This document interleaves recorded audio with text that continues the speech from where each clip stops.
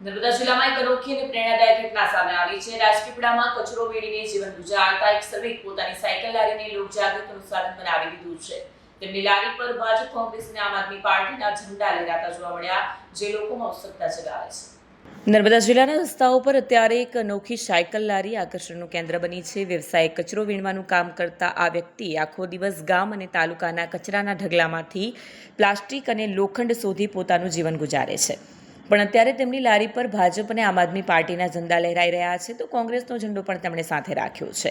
જ્યારે તેમને પૂછવામાં આવ્યું કે તમે કઈ પાર્ટીમાં છો, ત્યારે તેમનો જવાબ કોઈ પણ રાજકીય પક્ષ કરતાં પણ વધુ ગહન હતો। તેમણે કહ્યું કે તેમને કોઈ પક્ષ સાથે અંગત લેવા દેવા નથી। તેમનો એકમાત્ર ઉદ્દેશ્ય છે વધુમાં વધુ મહત્તમ મતદાન। મારે તો 4 દીકરા છે, કચરો વીણીને ગુજરાન ચલાવું છું, મને કોઈ પાર્ટી પૈસા નથી આપતી, પણ હું ઈચ્છું છું કે લોકો જાગૃત બને। જે પાર્ટી દેશ અને સમાજની સેવા કરે તે જીતવી જોઈએ। હું આ ઝંડા એટલે લગાવું છું કે લોકો મને જોઈને યાદ કરે કે ચૂંટણી છે અને આપણે વોટ આપવા જવાનું છે।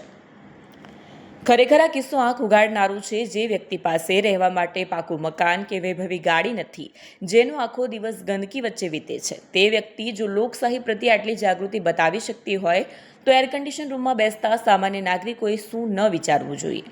નર્મદા જિલ્લામાં પણ આ વખતે ચૂંટણીનો માહોલ ગરમાયો છે। ભાજપ, કોંગ્રેસ અને આપ વચ્ચે કાંટાની ટક્કર છે, પણ જીત ગમે તેની થાય, આ કચરો વીણતા શ્રમિકે સાબિત કરી દીધું કે લોકશાહીમાં સૌથી મોટો રાજા તો મતદાર પોતે જ છે। હવે જોવાનું એ રહે છે કે નર્મદાની જનતા કોને સત્તા સોંપે છે।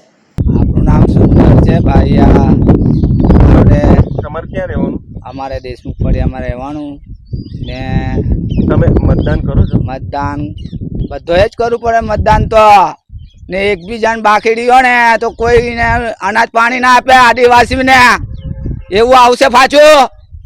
એટલું યાદ રાખવાનું, મતદાન તો આપવાનું જ। એક ના આપો તો તમારું જીશે, અમારું નહીં જવાનું। અમે તો કચરા પેટીમાં બી લીન ખાશું, પણ તમારી જેવા બીજા ભૂખે મરી જશે।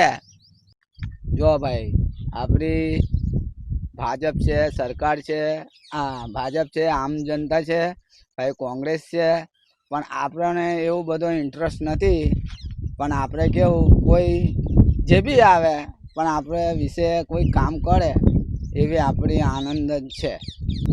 જે પાર્ટી દેશની સેવા કરશે એ જ આપણને યોગ્ય લાગશે ને સારું કામ કરે તો બહુ કેવા આવશે, તે વખત આપણને મજા આવશે। આપણો ધંધો આ ભંગાર વીણવાનું છે, બીજું કંઈ આવતું નથી। કચરા પેટીમાં આવવાનું, કચરા પેટીમાંથી સવારે 4 વાગે ઘરેથી નીકળવાનું ને વીણીને અહીંથી જતું રહેવાનું 2 વાગે કે 3 વાગે। તાપ વધારે લાગે જ, પણ આપણે ખાઈ લઈએ તાપને બી। આપણા ઘરમાં 4 છોકરા છે, એકને પરણાવીશ, હવે એક બાકી છે, 3 બાકી છે હજુ। આપણો આ એક જ ધંધો છે આપણો, આની ઉપર જ આપણે જીવીએ છીએ। આ લારી જ્યારે પંચર પડે તે દિવસે આપણે ભૂખે મરી જવાનું, એવો ધંધો છે આપણો। આપણે ભાજપ સરકાર છે, કોંગ્રેસ સરકાર છે, તથા આપણા ઝાડુવાળા છે, પણ આપણે કોઈની જોડે સંમત નહીં, પણ બધા હળી મળીને રહીએ એટલી આપણી ગણતરી છે।